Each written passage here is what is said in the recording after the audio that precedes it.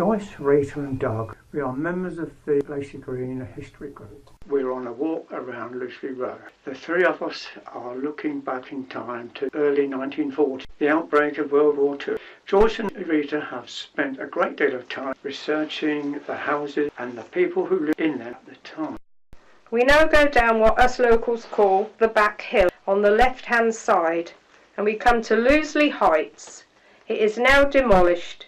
It was a bungalow and the home of the Bartlett family, who had 3 girls. In later years it was the home of Mrs. King, who was the mother of dancer Moira Shearer, the ballet dancer, who married Ludovic Kennedy. Next was Sunnyside, the home of Mr. and Mrs. Reg Dormer. Afterwards it became the home of Frank and Molly Hickman, with their children Jeanette and Leander. Ridgeview was next, the home of Harold and Mabel Rutland and children Bert and Phyllis. Overley was next, the home of Fred and Nellie Brooke, children Frida and Audrey. We now come to the Beeches. This was the home of Harold and Ivy Weller, son David and daughter Betty. Harold worked for Wrights at Great Missenden and was a local councillor. Ivy worked tirelessly for the blind and raised thousands for the cause, as she had a blind father. Beechhurst next, the home of Mrs. Elsie McCrow and daughter Connie, who married Mr. Watson, and they had a son Norman. Mrs. McCrow had other children, Will, Stella, Roderick and Oscar, and Mr. Watson was killed in the war. We come to Box Cottage now, and number 1 Box Cottage was the home of Mrs. Adams, who was mother to Dolly. 2 Box Cottages, Ted Thompson and his wife Dolly, children Roy, Ian and daughter Anne. And over to the other side of the road, right hand, was just one little cottage, Plantation Cottage. This was the home of Mrs. Dalgleish and her son Roy. She was an evacuee from London. The cottage was owned by Mrs. Wade and later on let to the Rat. Now between the walls to the Bunch, this has all now been demolished. But number 1 the Bunch was the home of Harry Parslow and his wife Pop, children Douglas and Dorothy. Number 2 the Bunch, home of Harold Harvey, his wife Rose, children Jean and Beryl. And then the Morrisons lived in it, and Bob and Elsie and their children Peter and Jill. Number 3 the Bunch was the home of Cecil and Minnie Rickson, and Cecil's nickname was Nibby. Then 2 houses behind the Bunch, names not known and been demolished for a long time. Cottage 1 was the home of Jack Robbins, and he had a German wife and a son Ted from a previous marriage who died on the Ark Royal. Cottage number 2, Mr. and Mrs. Barefoot, Alfred and Clara and a daughter Connie. Hazeldean next, the home of Johnny Ginger and his wife Nancy. They had 1 son Harold. Mr. Ginger worked for Smith's at Knaphill and for many years was superintendent at the Baptist Chapel. Next we come to a very old thatched cottage, now demolished, high on the bank. This was the home of Miss Lizzie Anderson, who worked at Gracefields. It's now the home of Brian Panter. We are now at the top of Woodway, and we now cross to the right-hand side of the road. And number 1 Woodway Farm was the home of Ralph and Lilla Baker. Children Fred, Mary, Elf, Bertha, Anne, Emily and Albert. And number 2 Woodway Farm, once a public house, home of Hilda Anderson. Hilda never married, but she did have a lodger called Tom Hodges. And next 2 semi-detached cottages, house names not known. House 1 was Mr. and Mrs. Harvey, children Kathleen, Ernest and Winnie. House 2, Bill and Winnie Attridge, children Maureen, Marilyn, Beverly, Clive and Lloyd. We now come to Gate Cottage, which is adjacent and joined on to Loseley House, and this was rented by the gardener at Loseley House and then let to the Rat. But in her later years Mrs. Waite lived there until her death. We come now to Loseley House. It's now 3 flats. This was the home of Colonel Waite and his wife Joyce. Joyce was an American actress and during her life in the village performed many plays in the village hall. During the war she brought children from London, all under 5, and May Dale came with them to be nursemaid. May later married Bert Dale and ran the shop at Lacey Green. And I'm told when the children were taken for a walk, they all had to hold on to a rope. Next was a ruin, which no one seems to know about. And then we come to the small house. Not really sure of its original name, but it was the home for a while of the Eilidh, and they had 2 children. Then the Vincents came, and it was later rented to the RAF. Now we got 2 cottages together, semi-detached. One, Collins Cottage, was the home of Mr. Albert and Lucy Rickson. They didn't have children, and Lucy had long hair all down her back and always wore a dressing gown. In 1952 it became the home of Basil and Pat Lawrence, just for a time. Number 2, Collins Cottage, Peter and Flo Dormer, children Archie and Millicent. Pete played the violin at the Baptist Chapel on special occasions. Now to Collins Farms. Frank, Joe, Nellie and Flo Tyler. None of them married. They had a housekeeper called Miss Clark who stayed with them till her death. And then the home of the Carpenters. The Carpenters later moved to the Salmon, which Rita will tell you about in a little while. I can remember my dad got in trouble with Mrs. Carpenter for throwing old tins down the bank into a field. Well, we didn't have dustbins, so what were we to do? And then next to a public footpath was a field, and then you come to Lane Cottage. Number 2 Lane Cottage, the home for a time of Ivy and Harold Weller. And then it was sublet to evacuees from London. One evacuee was so appalled at the outside loo that she put a hanky over her mouth when she needed to use it. And Mrs. Gleesh lived there for a time, and she moved to Box Cottage as a house was then needed for my sister Phyllis and Percy Pinnells after their marriage in 1944. And Robert arrived a year later. And I'm told that when I was little, I got my tricycle out every morning and Robert had to push me along the yard before I'd go to school.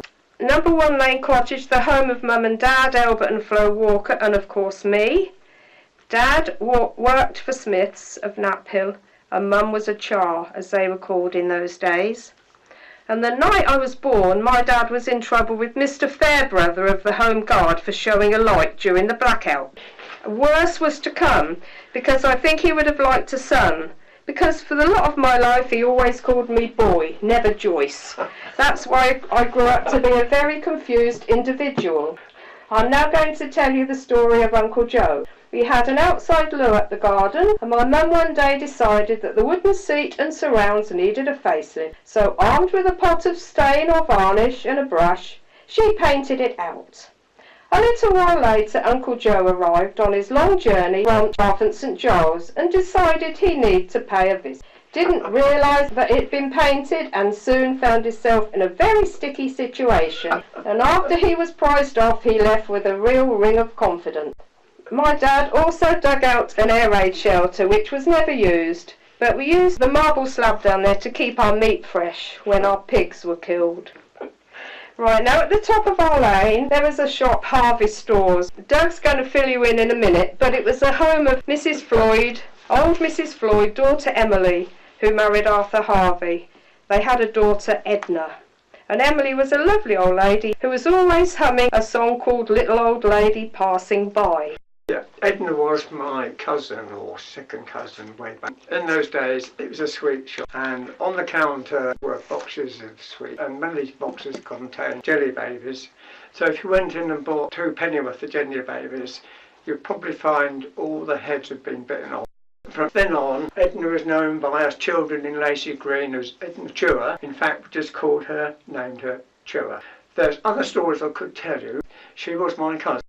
She was at Lacey Green School at the same time I was, and Miss James, she'd make me sit next to her for a reason I don't think, well, I really should say at this moment, but I might do at some point in the future.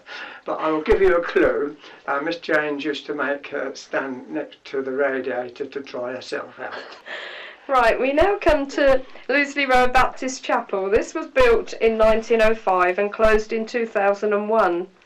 and it cost about £600, and this was funded by members and supported members and friends. On entering the building, the words "Prepare to meet thy God" in large lettering were written above the pulpit. Under the platform was a baptism, which was tiled with white steps going down to it, but it was only used once in my lifetime. The vestry was partitioned into two, and downstairs a long room used for sales. Harvest festivals, when the church was decorated with flowers, every window, and a lovely smell of autumn. The children had the job of decorating the railings outside with Old Man's beard, which we roamed the village to find. Sunday school anniversaries on Whit Sunday, we all had poems to learn, and the red velvet curtains were put across the front at the platform. Children had new clothes for the occasion, and I can remember Peter Dormer playing his violin with two ladies from Speen on the cello. Organist Mrs. Connie Stevens, and we had special hymns to learn and a practice in the week. Mr. Johnny Ginger and Miss Alice Smith were my first Sunday school teachers. One taught the boys, the other the girls. Then Mr. Fred Baker became Sunday school superintendent, with Connie Baker and Reen Philibrown, who taught on alternate Sundays. In approximately 1961, I taught the 3 to 7-year-olds in the downstairs room, which was transformed into a nursery for this occasion. The only heating we had at first, before radiators were installed, was a tortoise stove, which had to be lit a few hours before, and Reen Anderson took the job on for years, and sometimes it would smoke like the dickens. It was very many happy times for me. Nativity plays were performed with angel wings and costumes we had found, and for 2 years running we had a real baby in the manger, thanks to Mrs. Williams and Brenda Williams at the Whip, who assured us that the next year we would have to go back to a doll. And we had a pet Sunday when Dudley Stevens wanted to bring his donkey, called Bumble, to the service, but she wouldn't go down the steps, so we were all disappointed. But she did pull the float on village days when we'd done the old lady in a shoe. Now, next to the chapel was Loseley Dean, once called Crossroad. This was the home of Miss Spencer and her brother, and they had a bachelor housekeeper. We now go back to the opposite side of the road, right along opposite Loseley House to the old post office, which is now sadly demolished. This was run by Henry and Polly Allen, and I'm told that he always walked in front of his wife. Sunnybank 1, the home of Mr. and Mrs. Hucker, who later moved to London. And they were a miserable old couple. Rob and I were told off if we sat on the bank outside. They would tap on the window. I was glad when they moved. This later became the home of Reenie Anderson after her marriage to Pete Philibrown. Sunnybank 2, the home of old Mrs. Anderson. Children Ernie, twins Ted and Reen. She was a lovely lady whose door was always open and asked you in. Next door, Hillview 1, home of Jim and Flo Baker, children Eileen, Jack and Frank. Frank was a pilot in the war. In 1947 they became the home of Ted Anderson and his new wife Doreen, and they had children Nigel, Valerie and Sheila. Hillview 2, Mr. Jack and Alice Smith, children Elsie and Ernie. Mrs. Smith was a Sunday school teacher for many years at the chapel, and as a young girl going to her house with my dad, I can remember having my first banana at her house, and it was lovely. Next, a plot of land used as allotment. Then we come to Gardener's Cottage. It's now named Laburnums, the home of Jack and Mary Adams, children June and Monty.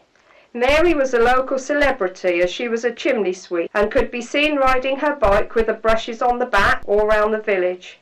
She had enormous strength and muscles some men would die for. She also laid people out, as was a custom in those days. And next to her was Ophelia, the home of Fred and Gladys Harbour, children Sylvia and Fred.